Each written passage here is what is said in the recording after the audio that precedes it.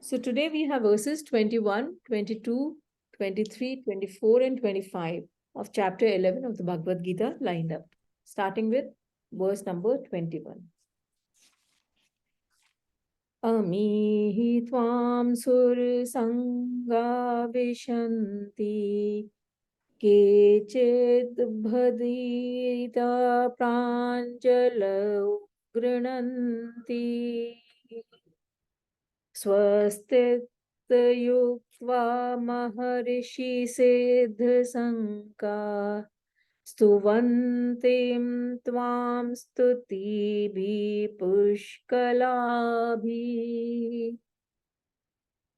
So Arjun continues, the verse translates to, indeed, into you are entering these hosts of gods, some in fright praise you with joined palms, saying, may it be well. Hosts of great sages and siddhas, or the perfected souls, praise you with beautiful hymns. Let's take this up word by word. Ami, these, he is indeed, Twam, you, Sur Sangha. So that is, Sur is opposite of Asur. So Sur are the gods. Sang is host. So Sur Sangha becomes hosts of gods. Vishanti, entering. Kechit, some.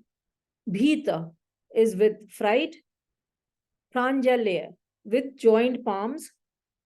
Grinanti, utter. Swasti, may it be well, may there be peace. Iti, thus. Uktva, having said. Maharishi Siddh Sangha.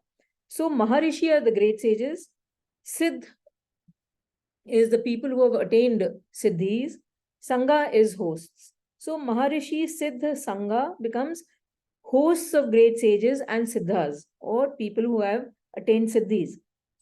Stuvanti, praise, talk well of you, talk well. Swam, you. Stutibhi, with hymns. Push, Kalabhi, beautiful. So, indeed, into you are entering these hosts of gods. Some in fright praise you with joined palms, saying, may it be well. Hosts of great sages and siddhas praise you with beautiful hymns. So let's chant it together. Amihi tvam sur sanga vishanti केचिद्भीता प्राञ्जलयो गृह्णन्ति स्वस्तित्युक्त्वा महर्षि सिद्धसङ्गाः स्तुवन्ति त्वां स्तुतिभिः पुष्कलाभिः. So see, the world is a reflection of our emotions and our thoughts. And this we see when we are happy, we find happiness everywhere. The whole environment and everyone else is also happy. When we are fearful, we find everything intimidating and unpleasant. So the world is actually a reflection of our own emotions. And in the previous verse, which we just recapped, Arjun had talked at the level of the three worlds and had also mentioned that they were trembling with fear, right? And at that point of time, when we had discussed last time, I said that he's laying the basis of the fact that he is also scared, right? Yeah. So and now Arjun also is able to see the cosmic form in greater detail. So we had started with the broad outline of the form, and now he is able to see more and more into the form. So in the Lord's form, Arjun saw not only mortals, but also immortals entering and disappearing. And some of the people were frightened, so they had folded their arms and were glorifying the Lord out of fear, not necessarily out of devotion, but just out of fear. There were also great sages and saints of the heaven, and they were saying that may there be peace. And they were also praising the Lord with sublime hymns, because they understood that the Lord had taken this terrible form for some reason. And even though they are saying it out of fear, but it is not a fear for themselves, it is a fear for the entire environment of the world. So they are saying that, hence, let there be peace, may everything be well. So that is what verse number 21 was. Let's move on to verse number 22. रुद्रादित्यवसु ये च साध्या विश्वेश्विनो मरुतशोष्मपाश गन्धर्वयक्षासुरसिद्धसङ्गा वीक्षन्ते त्वां विस्मिता चैव सर्वे. So the verse translates to the Rudras, Adityas, Vasus, Sadhyas, Vishvadevas, Ashwins, the twin Ashwins, Maruts, and ancestors, and hosts of Gandharvas, Yakshas, Asurs, and Siddhas. All these are looking at you astonished. So let's take this up word by word. So the first word, Rudraditya. So that's the sandhi of Rudra and Aditya. So the Rudras and Adityas. Vasvaha is Vasus. Ye, these, cha, and Sadhya. Sadhyas, we will take up in detail, the offspring of Sadhya. Vishve is Vishvadevas. Ashvino are the two Ashwin gods of medicine that we had discussed some time back. Marut is the Maruts. Cha and Ushmapa are the Ushmapas, which refers to the ancestors actually. So we'll discuss this in detail. Cha and Gandharv, Yaksha, Asur, Siddh, Sangha. So Gandharv is so this is sandhi of Gandharv, Yaksh, Asur, Siddh, Sangha. So Gandharv is the musicians, Yakshas, Asur, and Siddhas. Vikshante are looking at or beholding. Twam, you. Vismitaha is astonished, wonderstruck. Cha and Ev, even. Sarve is all. So the Rudras, Adityas, Vasus, Sadhyas, Vishvadevas, twin Ashwins, Maruts, and ancestors, and hosts of Gandharvas, Yakshas, Asuras, and Siddhas, all these behold you, look at you astonishedly. So let's chant it together. Rudradityavasvoyi cha sadhya Vishve ashvino marutshumapasha Gandharva yaksha sursiddha sangha Vikshante tvam vismita chaiva sarve. So Arjun sees all these heavenly inhabitants or denizens who are aghast and astonished at this sight of the Lord's mighty form. So the deities that Arjun is covering are the Rudras. And a lot of these deities we had covered in the Vibhuti Yoga chapter 10, in the verses 21 to 23. So you can look that up. Never mind, we'll just quickly revise what we had done then. So Rudras, literally the word means someone who eradicates problem from the roots. So they represent the gods of destruction, and they actually refer to the 11 forms of Lord Shiv, who is we have the Trinity, Brahma, Vishnu, Mahesh, the creator, maintainer, and the destroyer. The destroyer is Shankar or Shiv. So the Rudras are the 11 forms of Shiv, which represent destruction, removal. Adityas, we are done with the gods of light. So they are the 12 sons, Adityas, of goddess Aditi. Basically, they personify the sun, and the 12 suns represent the 12 suns, SUNS, that we see round the year in the different months of the year. So they represent light and illuminate the world. Then we come to Vasus, the god of the elements. So these are 8 in number, and they are the earth, pole star, moon, water, wind, fire, dawn, and luster. Sadhyas, these are the 12 sons of Dharma and Sadhya, and they're minor deities who dwell with the Devas in the region between the heaven and the earth. Vishvadevas are the 10 offsprings of Vishva, a daughter of Daksh, and they are the protectors of living beings and bestow rewards upon those who follow dharma. Ashwins, the twin gods associated with medicine and health sciences. Marut, the 7 group of winds, and these are further classified into subclassified into 49 subcategories. So these are the at the broad level, there are 7 group of winds which flow in space. Ushmapa, these are the ancestors, the 7 ancestors, or the Pitra. Actually, the Pitra, the Shraddh is going on. So they accept the food during the Shraddh ceremonies. So these are the Ushmapas. Gandharvas are the celestial musicians and artists, and they are accomplished singers, musicians, and dancers. Yakshas are the ugly monstrous but beneficial demons. And one of the vibhuti which Lord Krishna had said amongst the yakshas was Kuber, the Lord of Wealth. Does anyone remember what was Lord's vibhuti in the category of Gandharvas in chapter 10?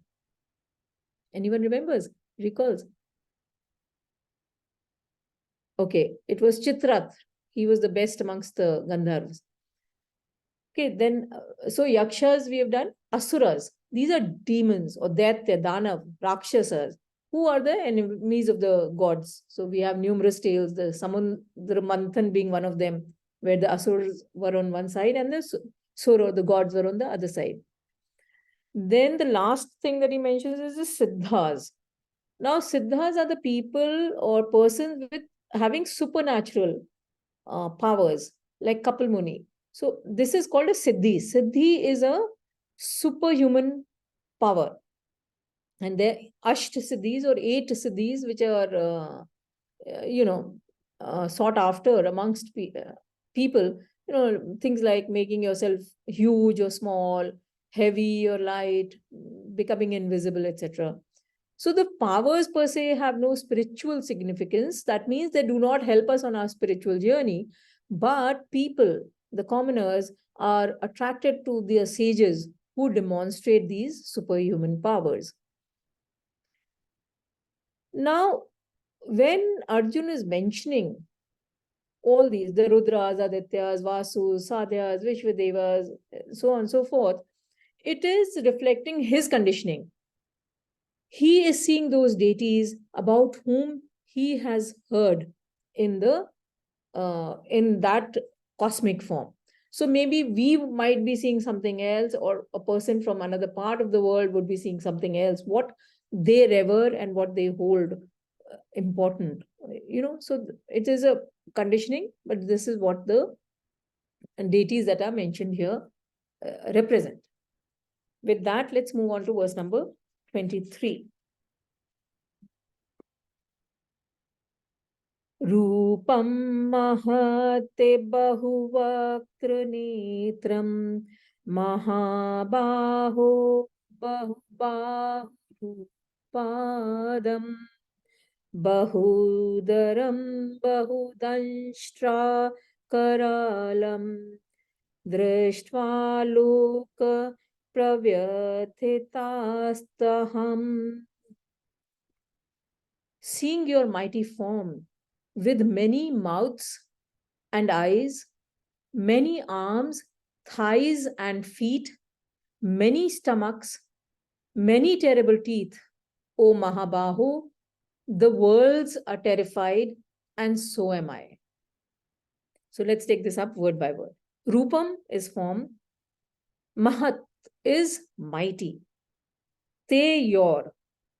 Bahu vaktra netram. So bahu is many, vaktra is mouth, and netra is eyes. So bahu vaktra netram becomes with many mouths and eyes. Mahabaho is the name that Arjun is using here for Lord Krishna. See, so far Krishna had been using this for Arjun off and on. Now Arjun is using this for Lord Krishna, meaning mighty armed or strong. Then we come to the last word of the first line, Bahu Bahu Rupadam. So Bahu is many, Bahu is arms, Ur is thighs, Padam, Pad is feet. So Bahu Bahu Rupadam becomes with many arms, thighs, and feet. Bahudaram. Bahu is many, Udar is stomachs. So Bahudaram becomes with many stomachs. Bahu Danshtra Karalam. So Bahu is many, Danshtra is teeth, Karalam is terrible. So with many terrible teeth or tusks, because now Arjuna is seeing the teeth of all the beings in the cosmic form. Drishtva, having seen, Loka is the worlds, Pravyathita are terrified, Tatha also, Aham, I. So the verse translates to seeing your mighty form with many mouths and eyes, many arms, thighs, and feet, many stomachs, many terrible teeth, O Mahabahu, the worlds are terrified, and so am I. So let's chant it together. Rupam mahate bahuvatra netram Mahabahu bahu bahu rupadam Bahudaram bahudanshtakaralam Drashtva loka pravyatita. So the verse comes back to describe the mighty form. The vastness of the form symbolizes the supreme nature of the Lord. And so you see, when you see someone whom you revere or who's, a great person, you automatically, bow down with respect, and a person who's inspiring all of us. So even in the world, a person's greatness invokes great respect and inspiration amongst the fellow beings. So an example, a disciplined CEO, for example, an honest, principled, wise, disciplined head always attracts others around him. So when he walks into the office, normally there's a hush, there's a silence. And, either people are just wishing him and staying quiet and calm. So others around him develop reverence, awe, and also fear for such a great soul, because you respect that person and then you treat him as on a higher level. And fear is always when there is a disparity between what is feared and the person fearing, right? So when such a person appears, others fall silent. So the same example, the same thing is being expressed in this verse, the example that I covered. Now Arjun is seeing infinite mouths, eyes, arms, thighs, feet, stomach, and teeth. Now these are the mouths, eyes, arms, thighs, feet, stomachs, and teeth of all the beings, which implies the omnipresence and the omnipotence of the Lord. And seeing this sight, which is like, seeing so many teeth and so many eyes, so all the worlds are frightened. And so is Arjun. When he phrases it like this, that all the worlds are frightened, and so am I, he's implying I'm not a coward. All the worlds all beings, gods, are frightened of this form of yours. And I am also a part of the world. So I too am scared. So with that, let's move on to verse number 24. नभस्पर्शं दीप्तमनेकवर्णं व्यात्ताननं दीप्तविशालनेत्रं दृष्ट्वा हि त्वां प्रव्यथितान्तरात्मा धृतिं न विन्दामि शमं च विष्णो. Seeing you touching the sky, shining in many colors and forms, with mouths open, with huge shining eyes, my mind is terrified, and I find no courage or peace, O Vishnu. Let's take this up word by word. Nabha is the sky. Nab. Sparsham is touching. So Nabha Sparsham becomes touching the sky. Deeptam, Deepti is shining. Deeptam is shining. Anek Varnam. Anek is many. Varnam is color or forms. So Anek Varnam is in many colors or with many colors and forms. Vyattananam is with mouths open. Deep Vishal Netram. Deep is shining. Vishal is huge. Netra is eyes. So Deep Vishal Netram becomes with huge shining eyes. Drishtva, having seen, he indeed, Twam, you, Pravyathitantaratma. So Pravyathita is terrified, and Antaratma is mind. So the word becomes with terrified mind. Dhritim, courage. Dhriti, stability or courage. None, no. Vindami, I find. Shamam is peace. Cha and Vishnu is how he is addressing Lord Krishna. O Vishnu. So seeing you touching the sky, shining in many colors, with mouths open, with huge shining eyes, my mind is terrified. And I find no courage or peace, O Vishnu. Let's chant it together.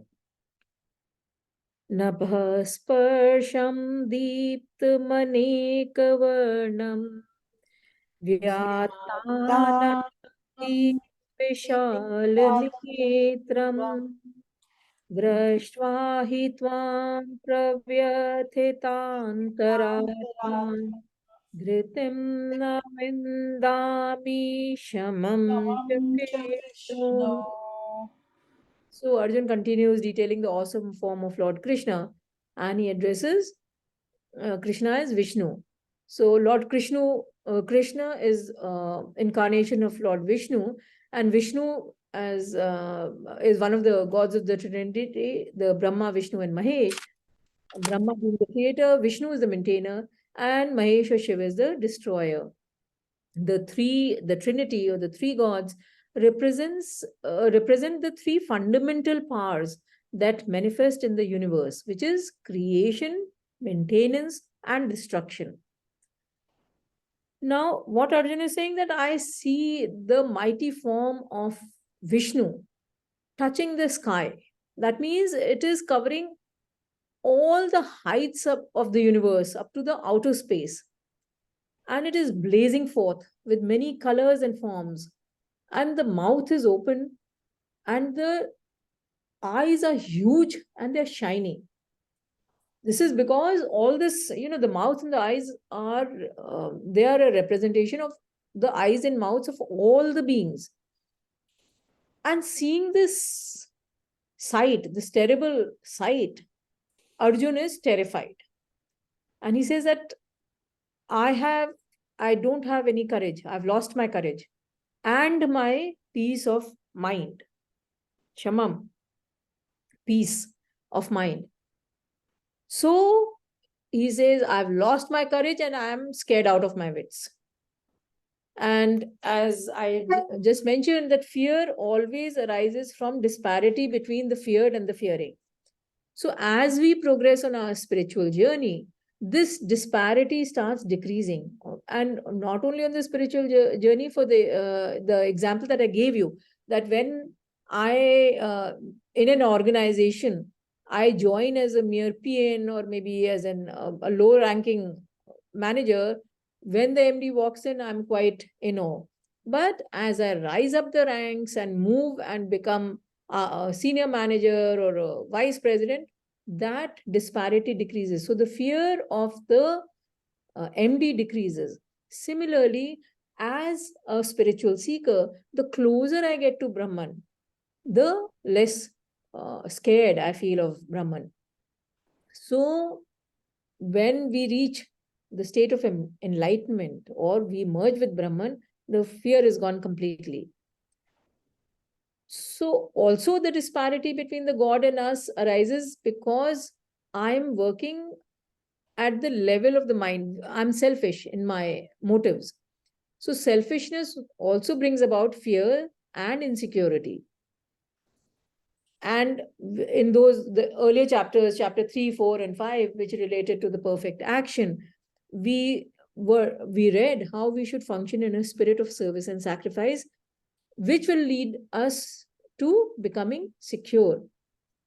And the how egocentric desires drain our mental peace and they lead us to mental agitation. And the best comparison amongst the scriptures is the functioning of Raja Janak and Sita Ji's father and Dhritarashtra, the the king of the Kauravas.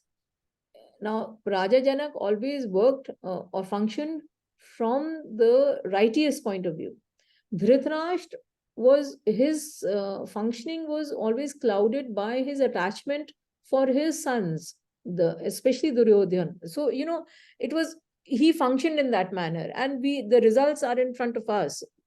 What the scriptures tell us.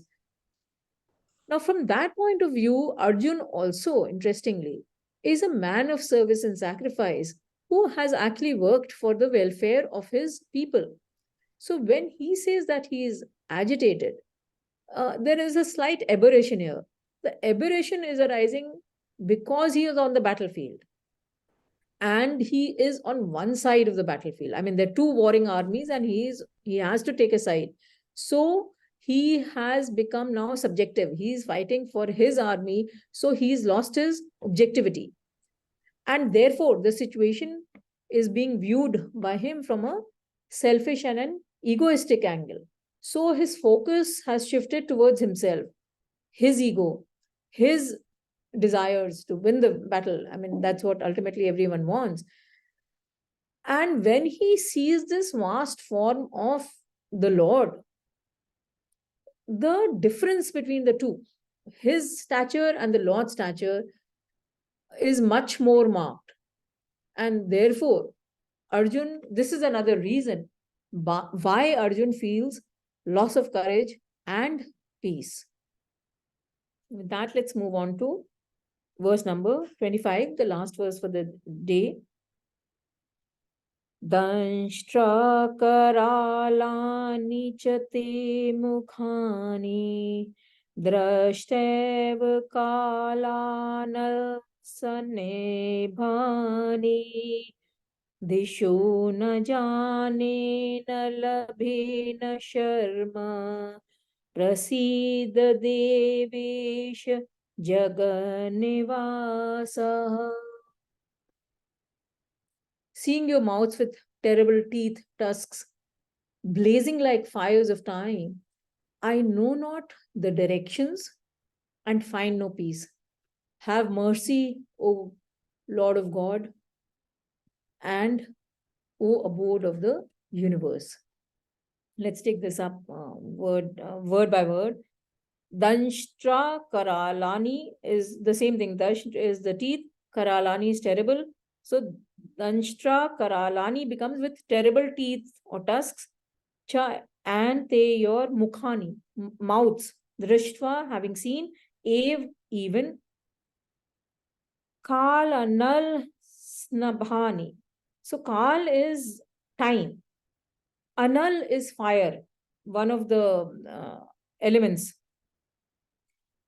And Saneb is the blaze of that fire. Okay, so Kal Anal Sanebhani becomes blazing like fires of time. Disha is directions, so or all quarters. Na not jane, I know. Na not labhe, labh hona ya obtain. Cha and Sharm is peace. Prasid, have mercy.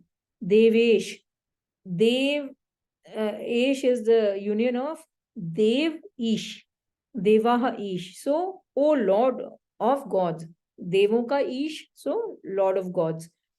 Jagan Nivas, so Jagat Nivas, so abode of universe. So, this is what it becomes.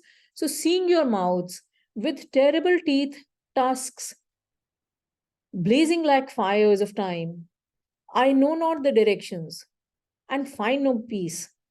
Have mercy, O Lord of gods, O abode of the universe. Let's chant it together. Danshtrakaralani chate mukhani drashtev kalanal sinne bhani disho na जानी न लगे च शर्मा प्रसीद देवेश जगन्निवास.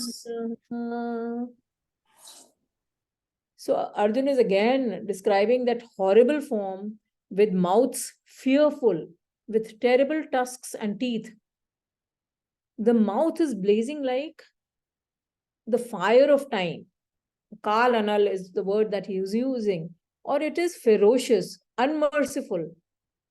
And it is the all consuming fire at the time of pralay, or at the time of the cosmic dissolution. And seeing this sight, Arjun loses his concept of disha or directions. So he loses his bearings, meaning he's telling the Lord that I don't know the way forward. I don't know which way to move. My concept of direction is gone. And then he says that Nalabhe Chasharma, and I find no peace. I'm disturbed. My mind is trembling. So you see, what happens when we are completely terrified, frightened out of our wits, So, for example, you imagine that you wake up in the night at your home and you find that there is noise and you come out of your room and then you see there are these armed robbers with guns and, knives, etc., who have entered your house. What do you do in such kind of a situation? I mean, so you might be a great karate champion or a judo champion. It's no time for heroics, you know that. And you say, here are the keys, man. You take whatever you want. Just let me be. Just leave me. So, what are you saying? That you take whatever you want. Take the keys. Have mercy on me. Leave me. So, this is exactly what Arjun is going through just now. When he sees the totality of the Lord's frightful form, the feeling of fellowship that Arjun had towards Lord Krishna has actually completely gone. It's completely dried up. And he starts begging the Lord, or Lord Krishna, who is his dear friend actually, that please have mercy for me. Please, be peaceful towards me. And he's referring to Lord Krishna as Devesh, the Lord of gods, and Jagan Nivas, or Jagat Ka Nivas, abode of the universe, the very substratum of the plurality that on which the world or the universe functions. So with that, we end today's session.